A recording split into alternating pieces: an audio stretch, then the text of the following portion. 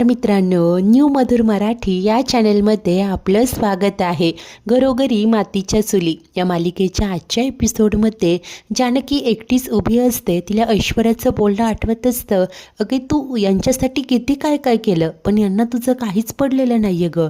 त्यानंतर सुमित्रा ही कशी नाराज होऊन निघून गेली तेच सगळं तिच्या डोक्यात सुरू असतं. आणि तेव्हाच घरी परत येतो ऋषी. जानकीचा हा चेहरा तो निहाळतो. पुढे येतो. आता जानकी त्याला पाहते, खूप खुश होते आणि म्हणते की तुम्ही आलात. तो सांगतो की होय, पण काय झालंय, तू अशी उदास का आहे? ती मात्र लटकेच हसून सांगत असते की काही नाही हो, या ना तुम्ही, प्रवास कसा झाला? परंतु ऋषी म्हणतो की हे बघ, तुला खोटं बोलता येत नाही आणि हे असं उसणं हसू चेहऱ्यावर आणूच नको. काय झालंय? तेव्हा आता ती म्हणते की तुमच्यापासून काहीच लपत नाही ना. तो बोलतो की बायकोवर खरं प्रेम केलं ना की सगळं आपोआप कळतं.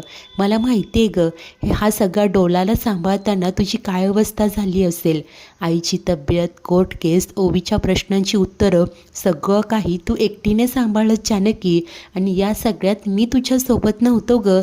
तेव्हा जानकी सांगते की काही नाही, आता तुम्ही आलात ना, या ना, बसा. मी तुम्हाला पाणीही विचारलं नाही.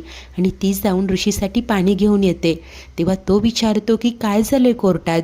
जानकी आता कोर्टात कशा प्रकारे ते प्रात्यक्षिक सादर केलं आणि त्यात हा राहुलच दोषी आहे हे दिसून येत होतं, ते सर्व काही त्याला समजावून सांगते. ऋषीलाही खूप आनंद होतो. तो बोलतो की म्हणजे आता शरू लवकरच सुटेल. जानकी सांगते की हो, तसंच वाटतंय. ऋषी म्हणतो की आपण पॉझिटिव्ह राहायला हवं जानकी.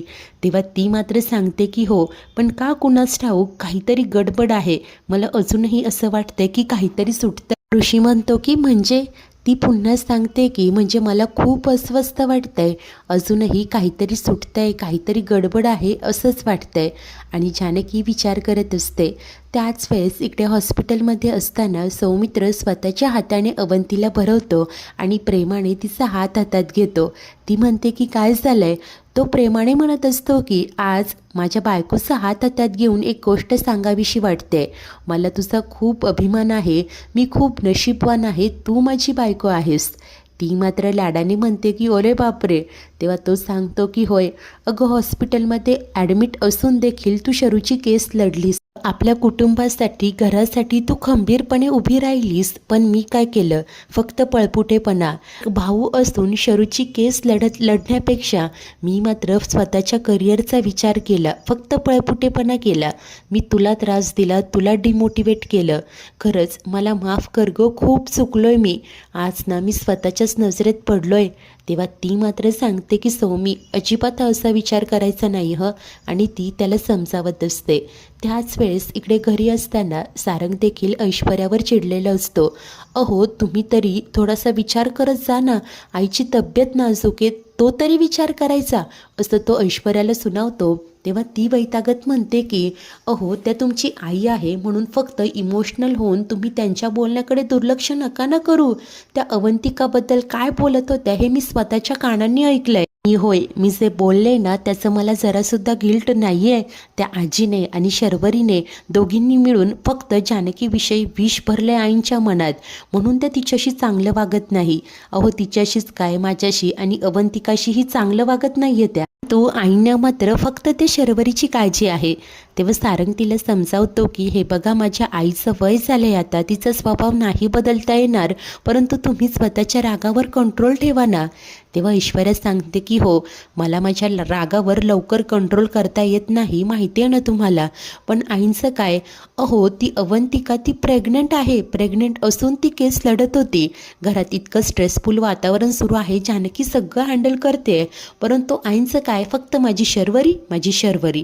आता त्याच वेळेस इकडे हॉस्पिटलमध्ये असलेली अवंतिका देखील इमोशनल झालेली असते आणि सौमित्राला म्हणते की तू माझ्यावर ओरडलास ते माझ्या काळजीपोटीच ना रे. काय रे, आता तर तू माझं एवढं कौतुक केलंस ना, आणि मी इतकं काहीही केलं नाही आहे, फक्त माझं कर्तव्य बजावलं रे.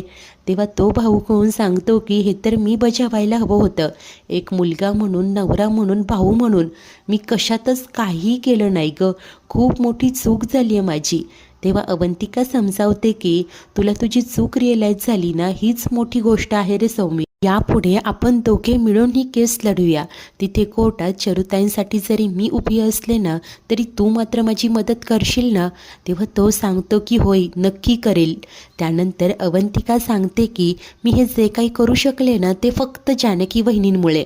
अरे, स्वतः आधी दुसऱ्यांचा विचार करायचा, कायम त्यांना महत्त्व द्यायचं, हे सगळं नकळतपणे मी त्यांच्याचकडून शिकले रे. त्यांच्या सपोर्टमुळेच मी हे सगळं करू शकले. अरे, शरुताई बाहेर पडाव्या म्हणून त्या जीवापासून लढताय. अरे, प्रत्येकाला ना त्यांच्यासारखं चांगलं माणूस होता यायला हवं. वा सौमित्र बोलतो की तू जानकी वहिनीकडून शिकते ना, मग आता मी तुझ्याकडून शिकेल. तेव्हा ती लाडाने म्हणते की हो का, आणि दोघेही प्रेमाने एकमेकांकडे पाहत असतात. त्याच वेळेस इकडे घरी ऐश्वर्या पुन्हा सारंगला सांगते की आता तर अवंतिका आणि जानकीलाही वाटतंय की ती शर्वरी निर्दोष आहे, परंतु मला असं अजिबात वाटत नाही आहे. आल्या दिवसापासून ती मला खटकते. तिच्या नजरेत ना काहीतरी वेगळं आहे. डोळ्यांमध्ये ना एक वेगळाच थंडपणा आहे. मला कायम असं वाटतं की जे हवं ते मिळवण्यासाठी ती काहीही करू शकते. परंतु सारंगचा याच्यावर विश्वास नसतो आणि ऐश्वर्या सांगत असते की एक दिवस मी पुराव्यासकट बोलेल आणि हे सिद्ध करून दाखवेल. त्याच वेळेस दुसरीकडे जानकी पोलीस स्टेशनला आलेली असते. शर्वरीही तिथे येते. जानकीने तिच्यासाठी डबा आणलेला असतो. त्यानंतर आता शरू येताच ती विचारते की वंश कसे आहात. ती म्हणते की ठीकच म्हणायचं. जानकी सांगते तुमच्यासाठी डबा आणलाय. शरू घाईघाईने डबा उघडते आणि पटकन खायला जाते तेव्हा तिला ठसका लागतो. जानकी म्हणते की वंश हो, हळू, हे घ्या, पाणी घ्या. त्यानंतर इकडे शरू म्हणत असते की निदान मला घरचं जेवण तरी मिळतंय. तेव्हा ती बोलते की होय, परंतु हे असं इथे बसून खावं लागतंय. पण वंश तुम्ही काळजी करू नका, मी लवकरच तुम्हाला इथून बाहेर काढेल आणि तुम्ही सगळ्यांसोबत जेवण कराल. तेव्हा आता ही शरूही इमोशनल होते आणि तिचा हात हातात घेऊन सांगत असते की मी किती वाईट वागले ग तुमच्याशी, परंतु तरीसुद्धा तू आणि अवंतिका वहिनी मला इथून बाहेर काढण्यासाठी किती धडपडताय. खरंच थँक्यू. आणि आता या शर्वरीला खूप गिल्टी वाटत असतं. तेव्हा जानकी तिला समजावते की वंश, हे बघा, अहो, एकत्र कुटुंबात कधी कधी मतभेद होतात, परंतु जेव्हा संकट येतं तेव्हा कायम एकमेकांसाठी उभं राहायचं असतं. हीच तर एकत्र कुटुंबाची खरी ताकद असते. एकदा महाभारताच्या युद्धात युधिष्ठिर म्हणाला होता की आपली लढाई कौरव विरुद्ध पांडव आहे, म्हणजे 100 विरुद्ध 5. परंतु जर का कुण्या बाहेरच्या व्यक्तीने हल्ला केला तर आपण 105 असू. तेव्हा आता इकडे शर्वरी म्हणते की हो ग, हा सगळा विचार मी कधीच का केला नाही, परंतु आता यापुढे करेन मी आणि स्वतःला बदलणार देखील. तेव्हा आता जानकी सांगते की हो वंश, नक्की हा बदल करा. आणि वंश, मी ओळखते ना तुम्हाला, मला खात्री आहे तुम्ही नक्की बदलाल. कधी कधी चांगल्या माणसाला देखील चुकीची संगत लागू शकते, परंतु वेळेत आपली चूक कळणं हे महत्त्वाचं आहे. बरं वंश, आता तुम्ही जेवून घ्या, मला हॉस्पिटलला जायचं आहे. सौमित्र भाऊजी आणि अवंतिकासाठी देखील डबा आणलाय, तो देऊन यायचा आहे. शरू देखील होकार देत आता जेवण करत असते. काहीच वेळाने जानकी आता हॉस्पिटलला पोहोचते. आता अवंतिकाची विचारपूस करत म्हणते की कशी आहेस का तू. अवंती सांगते की ठीक आहे वहिनी मी. तेव्हा आता इकडे जानकी म्हणत असते की नाही ग, तू बोलून जरी दाखवत नसलीस ना तरी मला माहिती आहे या केसचा तू खूप स्ट्रेस घेतलाय. आय एम सॉरी ग, कधी कधी मला असं वाटतं की मीच तुला उगीच ही केस घ्यायला सांगितली. तेव्हा अवंती बोलते की वहिनी, अहो, माझ्यासोबत तुम्ही देखील केस लढताय, मग कसला आला स्ट्रेस. आणि हो, कधी कधी BP वाढतं माझं, पण गोळी घेतली की होतं नॉर्मल, काही हरकत नाही. जानकी सांगत असते की नाही ग, अगं तू प्रेग्नेंट आहेस, तुझा BP वाढता कामा नये. जानकी तिची माफीही मागत असते. तेव्हा सौमित्र म्हणतो की नाही बहिणी, खरी चूक माझी आहे, माझ्यामुळे हे सगळं झालंय. तेव्हा अवंती दोघांनाही समजावत गप्प करते. तर त्यानंतर जानकी विषय काढत म्हणते की आता पुढच्या इयरिंगला काय करायचं. तेव्हा अवंती बोलते की कदाचित डॉक्टर मला सोडतील, नाहीतर आपण त्यांना रिक्वेस्ट करूया. तो जानकी तिला समजावते की नाही अजिबात असं करायचं नाही, आणि कोर्टाने परमिशन दिली ना, नाहीतर आपण पुढची डेट मागवून घ्यायची का. परंतु अवंतिका सांगते की नाही वहिनी, अजिबात असं करायचं नाही, त्याने केस लांबते, आपण डेट अजिबात मागायची नाही. तेव्हा आता जानकी सांगते की हो, काहीतरी मार्ग निघेल, आपण डॉक्टरांशी बोलूया.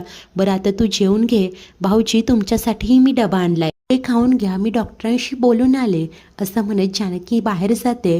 तेव्हा सौमित्र डबा उघडतो आणि स्वतःच्या हाताने अवंतीला भरवत असतो. ती खूप खुश होते आणि म्हणते की अरे वा, आज तर माझ्या नवऱ्याचं प्रेम खूप उतू चाललंय. सौमित्र देखील स्माईल करत असतो.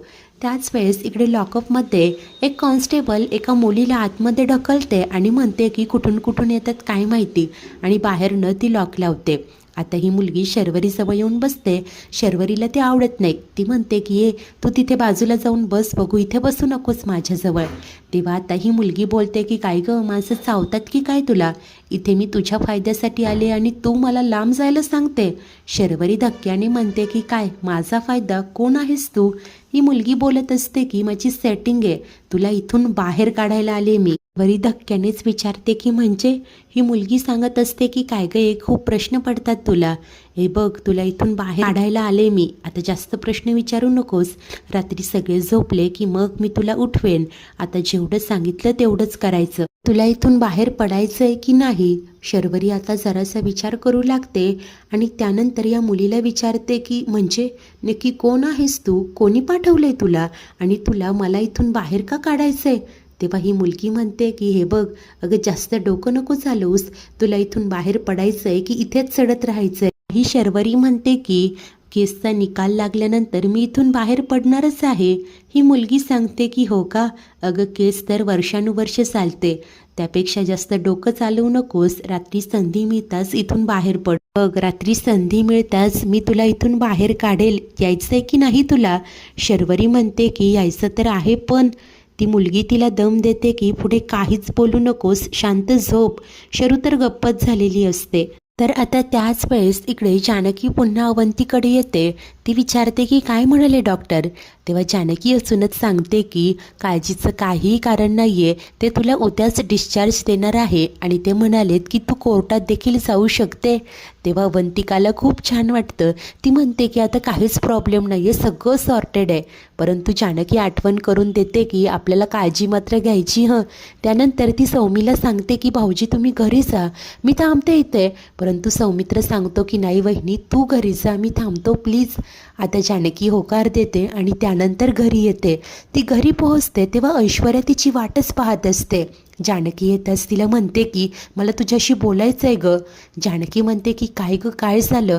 तेव्हा ऐश्वर्या मात्र सांगते की मला अजूनही असं वाटते की ती शर्वरी सगळं नाटक करते फक्त सिंपती गेन करण्यासाठी. जानकी म्हणते की तुला कळत नाहीये का, तू पुन्हा पुन्हा तेच तेच बोलतेय.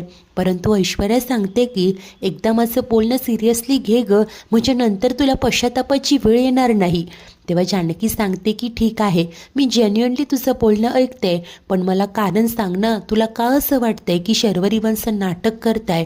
तेव्हा आता ऐश्वर्या तिला समजावते की बघ ना, आपण जेव्हा समोर येतो तेव्हाच ती शर्वरी नाटक करते. म्हणजे आपण जेव्हा जेलमध्ये भेटायला गेलो तेव्हाच नेमके तिला कसं काय स्वप्न पडलं गं? मागच्या वेळेला देखील जेव्हा तू तिच्या समोर गेली होतीस ना, तेव्हाच तिने तिचं डोकं आपटलं होतं. म्हणजे जेव्हा आपल्यापैकी कोणीतरी सोबत असतं तेव्हाच ती ही सगळी नाटकं करते, इतर वेळेस ठीक असते, असं म्हणत ऐश्वर्या जानकीला समजावते. तेव्हा अखेर जानकी म्हणते की बरं ठीक आहे, आता तुझ्या मनासारखं करूया, पण प्लॅन मात्र माझं असेल. तेव्हा ऐश्वर्या विचारते की नक्की काय? जानकी तिचा जो प्लॅन आहे तो सगळा काही ऐश्वर्याला समजावते. त्यानंतर दोघींमध्येही जरा वेळ काहीतरी डिस्कशन होतं आणि जानकी नंतर तिला विचारते की बोल मंजूर? तेव्हा ऐश्वर्या ही सांगते की होय मंजूर, आणि त्यांचा प्लॅन आता ओके असतो. मित्रांनो, आजचा हा एपिसोड इथेच संपतो. तर पुढील भागात राहुल देसाई मॅडमला म्हणत असतो की काहीही करा, मला यातनं बाहेर काढा, नक्की प्लॅन काय आहे तुमचा? तेव्हा या देसाई वकील सांगतात की फक्त त्या शर्वरीने ना काहीतरी चूक करायला हवी. त्याच वेळेस इकडे लॉकअपमध्ये असलेली ही मुलगी कॉन्स्टेबलला बोलावते आणि मला बाथरूमला जायचं आहे म्हणून सांगते. ही कॉन्स्टेबल वैतागत म्हणते की नेमकी झोपताना तुम्हाला हे सुचतं. त्यानंतर ती दरवाजा उघडते. ही मुलगी शरूला म्हणते की तुलाही यायचं आहे ना, चल. दोघीही बाहेर येत असतात.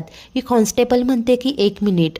त्याच वेळेस इकडे घरी ऐश्वर्या जानकीला म्हणते की आता बघूया तुझं खरं ठरतंय की माझं. चालेल? असं म्हणत जानकी देखील आता तिच्या हातात हात देते. इकडे शरू त्या मुलीसोबत तिथून सटकणार असते. मित्रांनो, आता ऐनवेळी जानकी तिथे पोहोचून शर्वरीलाही मूर्खचूक करण्यापासून अडवू शकेल की शर्वरी देसाई मॅडमच्या प्लॅनमध्ये अडकेल. नक्की शर्वरीचा हेतू काय असेल? ऐश्वर्या की जानकी, नक्की कोण खरं ठरेल? सर्वच काही पाहणे उत्सुकतेचे असेल. अशाच नवनवीन भागांच्या डेली अपडेट्ससाठी आपल्या न्यू मधुर मराठी या चॅनलला नक्की सबस्क्राईब करा. धन्यवाद.